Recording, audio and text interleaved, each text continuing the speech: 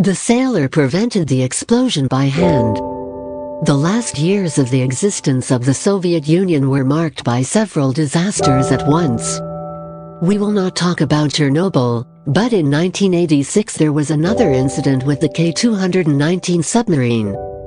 The Soviet nuclear submarine set sail on September 4, 1986. As it turned out, this was her last voyage. The cruiser's mission was to stay off the coast of the United States and monitor American submarines and surface ships. Preparations for the campaign took place on a tight schedule, and the commander of the submarine, captain of the second rank Igor Britanov, already then noted some shortcomings. Namely, the repair work in mine number 6 was not completed until the end of the leak after the last campaign was eliminated at the last moment. Without testing the work being done by order submarine and was sent on a journey. Already off the coast of America, the missile support officer was found to have a leak about which he, frightened of responsibility, did not report to the commander.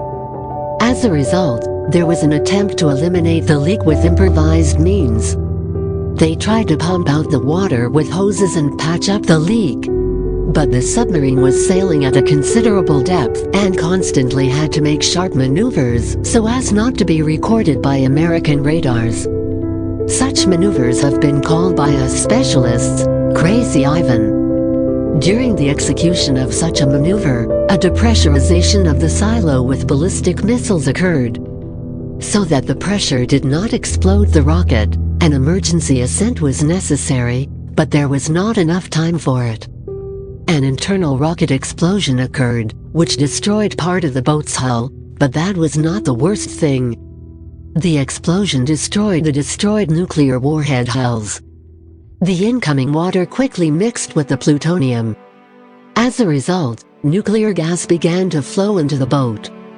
Unable to surface, the commander decided to purge the compartments, which would get rid of the water and activate the submarine's engines, which would make it possible to make an emergency ascent. But before that, it was necessary to shut down the nuclear reactor, otherwise a local explosion could have occurred first, which would have affected the nuclear warhead of the missiles. As a result, an explosion could occur off the coast of the United States much more powerful than in Hiroshima and Nagasaki. It was not possible to turn off the reactor immediately, the control panel was destroyed by the explosion. And the last chance remained, to enter the reactor room and try to shut down the installation manually. However, there were no protective suits on board for this. This meant visiting the reactor chamber would quickly receive a lethal dose of radiation. Despite this, there were volunteers, Sailor Sergei Primonin and Senior Lieutenant Nikolai Belikov. Their task was to lower 4 gratings into the reactor, after which it would stop. In a few minutes of staying with the reactor at temperatures above 158 Fahrenheit, they managed to lower 3 of the 4 gratings, after which they both lost consciousness. The lieutenant died. The sailor came to his senses. He managed to lower the last grate. The reactor was shut down, but Sergei could not get out. The hatch jammed due to high pressure. Sergei was killed, almost single-handedly preventing a nuclear explosion. After surfacing to 219, she established contact with the Soviet refrigerator closest to the site of the tragedy. Several ships immediately went to the scene of the accident. It was obvious that the submarine could not go under its own power and would have to be towed. Then it was decided to conduct a rescue operation. The dry cargo ship was to take the submarine in tow, and the Tu-95 aircraft were to drop life support equipment for the crew. Also, guard fighters were raised from the Soviet military base on the Kube, since the US Navy moved into the disaster area. However, even here everything did not go according to plan. Part of the rescue cargo dropped by the planes crashed and drowned. The Americans also showed themselves quite quickly and were already at the submarine. One of the US tugboats tried to escort the dry cargo ship, where the captain of the brothels and the safe with the documents were. As a result, the dry cargo ship had to threaten with Iran. drive off the tug from itself with water cannons.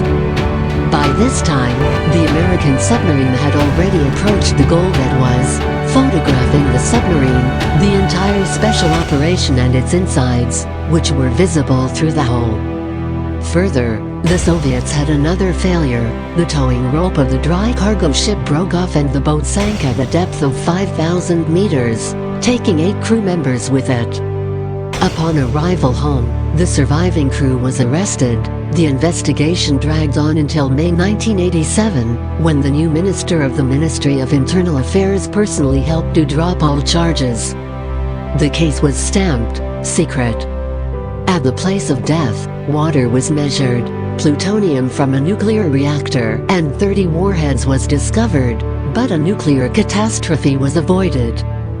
For his skillful actions, the sailor was posthumously awarded the Order of the Red Star, and in 1997, by a special decree, received the title of Hero of Russia.